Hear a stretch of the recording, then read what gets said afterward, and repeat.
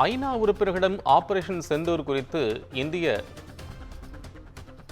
ஒரு விளக்கம் அளித்திருக்கிறது. மத்திய வெளியுறவு அமைச்சகம் இந்த விளக்கத்தினை அவர்களை அழைத்து கொடுத்திருக்கிறது என்பதை பார்க்கின்றோம். ஆபரேஷன் சிந்தூர் தொடர்பாக ஐநா உறுப்பினர்களிடம் டெல்லியில் இந்தியா தரப்பில் விளக்கம் அளிக்கப்பட்டிருக்கிறது. விவரங்களை கூடுதலாக வழங்க சிறப்பு செய்தியாளர் அன்வர் புகாரி இணைப்பில். அன்வர், உங்கள் தகவல். வணக்கம் கோபாலகிருஷ்ணன். ஆபரேஷன் சிந்தூர் தொடர்பாக டெல்லியில் உள்ள ஐநா உறுப்பினர்களிடம் இந்தியா விளக்கம் அளித்திருக்கிறது. இந்தியாவுக்கான சீன, ரஷ்ய தூதர்களிடம் மத்திய வெளியுறவுத்துறை அமைச்சகம் இந்த பதிலை அளித்திருக்கிறது. ஜம்மு காஷ்மீரின் பஹல்காமில் உள்ள சுற்றுலா தலத்தில் கடந்த 22ஆம் தேதி பயங்கரவாதிகள் நடத்திய கண்மூடித்தனமான துப்பாக்கிச் சூட்டில் அப்பாவி சுற்றுலா பயணிகள் 26 பேர் உயிரிழந்தனர். இந்த தாக்குதலுக்கு பாகிஸ்தானை தலைமையிடமாக கொண்ட லஷ்கர்-இ-தொய்பா பயங்கரவாத அமைப்பின் கிளை அமைப்பான தி ரெசிடென்ட் ஃப்ரண்ட் பயங்கரவாத அமைப்பு பொறுப்பேற்றது.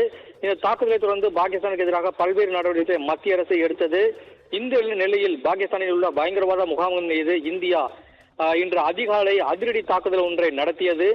பாகிஸ்தான் ஆக்கிரமிப்பு காஷ்மீரில் உள்ள பயங்கரவாத முகாம்கள் மீது இந்த தாக்குதல் நடத்தப்பட்டது. ஆபரேஷன் சிந்தூர் என்று பெயரிடப்பட்ட இந்த தாக்குதல் நடவடிக்கையின் போது எல்லையில் பாகிஸ்தான் மற்றும் பாகிஸ்தான் ஆக்கிரமிப்பு காஷ்மீரில் கோட்லி, பாவல்பூர், முசாராபாத் ஆகிய பகுதிகளில் செயல்பட்டு வந்த 9 பயங்கரவாத முகாம்கள் மீது இந்த துல்லிய தாக்குதல் நடத்தப்பட்டது. பஹல்காம் தாக்குதலுக்கு சரியான பதிலடி கொடுக்க திட்டமிட்டு இன்று நாடு தழுவிய போர்க்கால ஒத்திகையை மத்திய அரசு அறிவித்தது. பொதுவாக போர்க்கால ஒத்திகை நடத்தப்பட்டால் அதன் பின் 2-3 நாட்கள் அல்லது சில நாட்கள் கழித்தே போர் துவங்கும் அல்லது தாக்குதல் துவங்கும். அதே போன்று ஒத்திகைக்கு பின்புதான் இந்தியா தாக்குதல் துவங்கும் என பாகிஸ்தான் நம்பியிருந்த நிலையில் நம் ராணுவம் மிகவும் சாதுர்த்தியமாக பாகிஸ்தானை ஏமாற்றி இரவோடு இரவாக பக்காவாக பிளான் செய்து பாகிஸ்தான் மற்றும் பாகிஸ்தான் ஆக்கிரமிப்பு காஷ்மீர் பகுதியில் விமானம் மூலம் குண்டுவீச்சு தாக்குதலை நடத்தியது. இந்த தாக்குதலால் பாகிஸ்தான் நிலைகுலைந்து போயிருக்கிறது. பஹல்காம் தாக்குதலை அடுத்து இந்தியா எந்த நேரத்திலும் தாக்குதல் நடத்தலாம் என்ற விழிப்புடன் இருந்த பாகிஸ்தான் ஏவுகணை பரிசோதனை, பாகிஸ்தான் எல்லையில் பீரங்கி டாங்கிகளை குவிப்பது, ராணுவ வீரர்களை அதிகப்படுத்துவது என பாகிஸ்தான் அரசு பல்வேறு முன்னெச்சரிக்கை நடவடிக்கைகளை எடுத்தது. இருப்பினும் பலம் வாய்ந்த நம் இந்திய ராணுவம் இந்த அதிரடி தாக்குதலை நடத்தி லைன் ஆல்வேஸ் எ லைன் என்பதை உறுதிப்படுத்தியிருக்கிறது. ஆபரேஷன் சிந்தூர் தொடர்பாக அந்த ஆபரேஷன் சிந்தூர் நடைபெற்ற நிலையில் ஐநா பொதுச் செயலாளர் ஒரு கவலையை தெரிவித்திருந்தார்.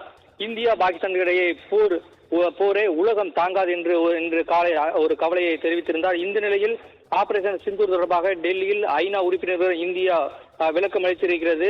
அப்பாவி பொதுமக்களை குறிவைத்து இந்த தாக்குதல் நடத்தப்படவில்லை என்றும் பயங்கரவாத முகாம்கள் மீது மட்டுமே இந்த தாக்குதல் நடத்தப்பட்டதாகவும் பாகிஸ்தானின் ராணுவ தளவாடங்கள் மீதோ ராணுவ நிலைகளில் குறிவைத்து எந்த தாக்குதலும் நடத்தப்படவில்லை என்றும் எந்த விதிமுறைகளும் இதில் நடைபெறவில்லை என்றும் பயங்கரவாத முகாம்களையே மட்டுமே குறிவைத்து தாக்கியதாக இந்தியாவுக்கான சீன, ரஷ்ய தூதர்களிடம் மத்திய வெளியுறவுத்துறை அமைச்சகம் விளக்கம் அளித்திருக்கிறது. கோபாலகிருஷ்ணன், நன்றி. அன்வர் புகாரி, அண்மை விவரங்களுக்கு நன்றி.